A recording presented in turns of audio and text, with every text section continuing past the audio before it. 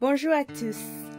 Étant donné que chacun de nous vit dans un pays, je peux dire que nous connaissons tous le concept de l'indépendance ainsi que sa célébration. En effet, lorsque nous célébrons l'indépendance de nos pays respectifs, nous célébrons notre liberté, mais aussi les gens qui se sont battus pour que nous puissions acquérir cette liberté. Frères et sœurs, de la même façon, lorsque nous donnons notre vie à Jésus en l'acceptant comme notre Seigneur et Sauveur personnel et que nous le louons et l'adorons de tout notre cœur, nous célébrons notre indépendance des forces du mal, mais honorons également le Seigneur Jésus pour le grand sacrifice qu'il a fait pour l'humanité. Car, bien-aimés en Christ, c'est effectivement à un grand prix que Jésus nous a rachetés du péché et du mal.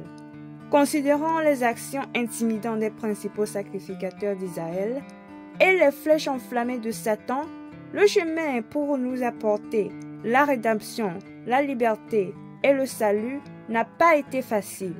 Néanmoins, Jésus étant capable de tout, a tout surmonté pour nous. Précédemment, nous avons encore développé le concept des complots. Nous avons appris que même si Dieu n'approuve pas les complots contre vous, il les laisse produire afin de pouvoir exposer vos ennemis et les faire tomber sous votre pouvoir. Aujourd'hui, nous allons adresser le plus grand complot formé contre Jésus-Christ. Donc sans plus attendre, commençons. Le Seigneur Jésus a vécu sur cette terre pendant 33 ans et 6 mois. Dans les jours qui ont précédé son départ physique de la terre, beaucoup de choses qu'aucune des créations de Dieu ne pensait possibles se sont produites. Et parmi ces choses se trouvait le complot visant à tuer Jésus-Christ.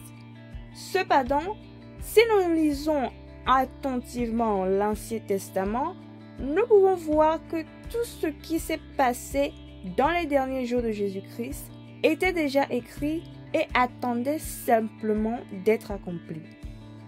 Maintenant, allons à la Bible dans le livre des Psaumes, le chapitre 41, le verset 10, pour voir quelques paroles importantes qui sont pertinentes pour le sous-thème d'aujourd'hui. Il se lit comme suit. Celui-là même avec qui j'étais en paix, qui avait ma confiance et qui mangeait mon pain, lève le talon contre moi. Amen. Tout d'abord, il convient de noter que ceci a été écrit par David sous le guide du Saint-Esprit environ 1000 ans avant la venue de Jésus sur terre. Et ici, l'Esprit de Dieu annonce à travers David que parmi ceux qui vont comploter la mort de Jésus, il y aura un de ses propres amis. Or, au cours de son ministère sur terre, Jésus a eu 12 amis proches, et parmi eux se trouvait un nommé Judas Iscariote. Tout comme les autres, il a été choisi par Jésus pour être disciple. Et la tâche de trésorier pour gérer tout l'argent de Jésus-Christ lui a été confiée.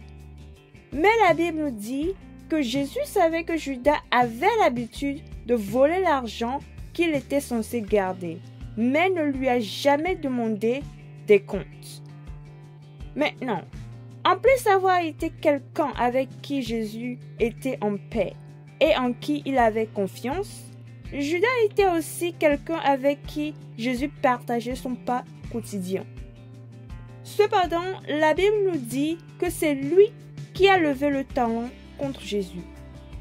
Bien évidemment, nous voyons dans la Bible que dans les jours qui ont précédé le départ physique de Jésus de cette terre, Judas Iscariote est allé voir les principaux sacrificateurs pour leur demander ce qu'il était prêt à lui donner s'il leur livrait Jésus. Et ils lui payèrent 30 pièces d'argent. Bien que ces 30 pièces d'argent n'étaient rien comparé à la somme qu'il volait à Jésus depuis 3 ans et demi, Judas a quand même formé un complot pour livrer Jésus. Et juste comme ça, la Bible nous dit que Judas a trahi son ami Jésus par un baiser. Cependant, parce que Jésus-Christ est Seigneur et que personne ne peut jamais comploter contre le Saint-Esprit et espérer s'en sortir impunément, le jugement divin s'est abattu sur Judas et avant même que Jésus ne soit crucifié, il est allé se pendre.